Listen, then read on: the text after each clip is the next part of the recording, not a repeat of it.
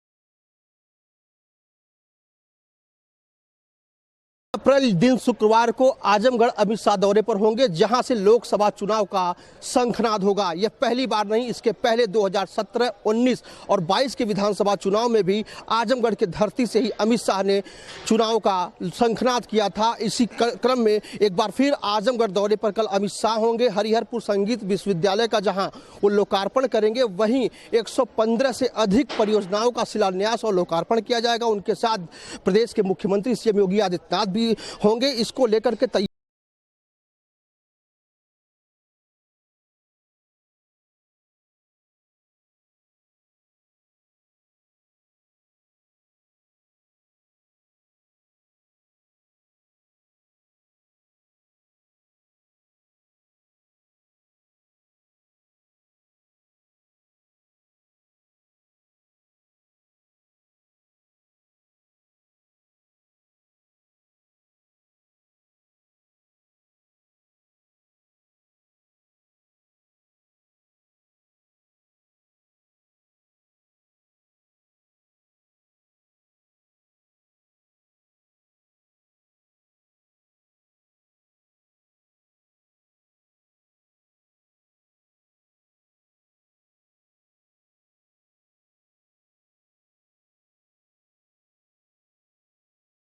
अब आपको आजमगढ़ का गुणा गणित भी समझा देते हैं। कब कब यहां का समीकरण बदला है।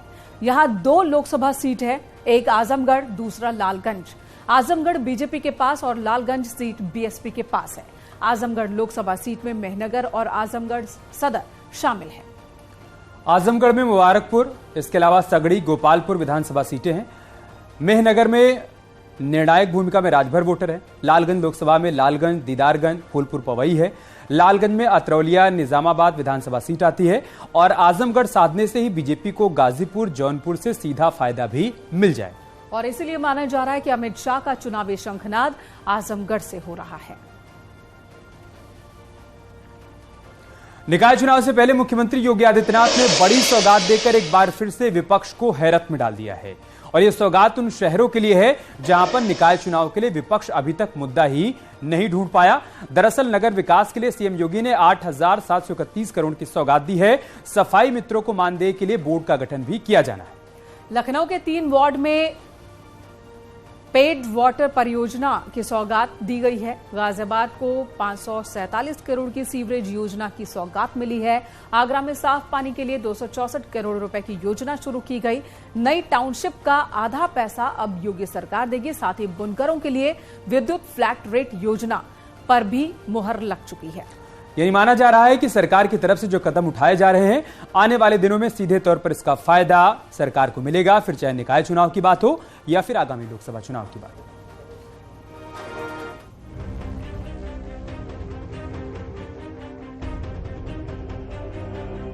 सत्ता के सेमीफाइनल की तैयारी दमदार है, असरदार है और धारदार है। चुनावी तारीखों के ऐलान से ठीक पहले नगर में सीएम योगी ने नगाड़ा बजा दिया है। वो नगाड़ा जो चुनावी फैसले से पहले बजने लगा है, क्योंकि सौगातों का पिटारा खुलने लगा है। नगर निकाय चुनाव से पहले योगी सरकार ने सौगातों का पिटारा खोला है। सीएम योगी आदित्यनाथ की अध्यक्षता में हुई बैठक में बुनकरों को फ्लैट रेट से बिजली देने और शहरी क्षेत्रों में बुनियादी सुविधाएं बेहतर बनाने के लिए करीब 1000 करोड़ रुपए की योजनाओं को मंजूरी दी गई है।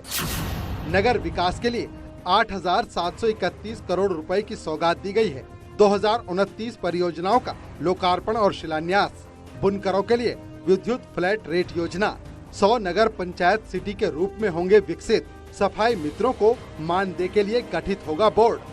सौगात देने के साथ ही सीएम योगी ने ये भी कह दिया कि अगर सफाई कर्मियों का शोषण हुआ तो बर्दाश्त नहीं किया जाएगा। उन्हें मानदेय मिलना चाहिए। लोगों को बुनियादी सुविधाएं मिलनी चाहिए। नगर विकास विभाग और प्रदेश सरकार इस बारे में सुनिश्चित करेगी। हम लोगों ने इसके बारे में चीफ सेक्रेटरी की अध्यक्षता में एक कमेटी भी बनाई है कि स्वच्छ सफाई कर्मी को उसका अच्छा मानदेय मिलना ही चाहिए, हर हाल में मिलना चाहिए। सर्विस प्रोवाइडर को जब हम अलग से पैसा दे रहे हैं तो किसी भी सफाई कर्मचारी से वह उसके वेतन से, उसके मानदेय से पैसा नहीं काटेगा। और यह व्यवस्था सुनिश्चित करने जा रहे हैं। आवश्यकता पड़ेगी राज्य स्तर पर ही एक बोर्ड गठित करते हुए। दुनिया के अंदर कितने देश होंगे जिनकी आबादी 7 करोड़ से ज्यादा होगी? उंगली में गिने जाने वाले हैं। और इतनी आबादी हमारे नगर विकास यानी नगर निकाय के अंदर निवास करती है। अभी आने वाले समय में नगर निकाय के इलेक्शन होने वाले हैं। 4 करोड़ 32 लाख से अधिक मतदाता हैं। आप सोचिए, 4 करोड़ 32 लाख केवल मतदाता हैं। और मतदाता, याद करिए कि इतनी 4 करोड़ 32 लाख तमाम राज्यों की आबादी नहीं है।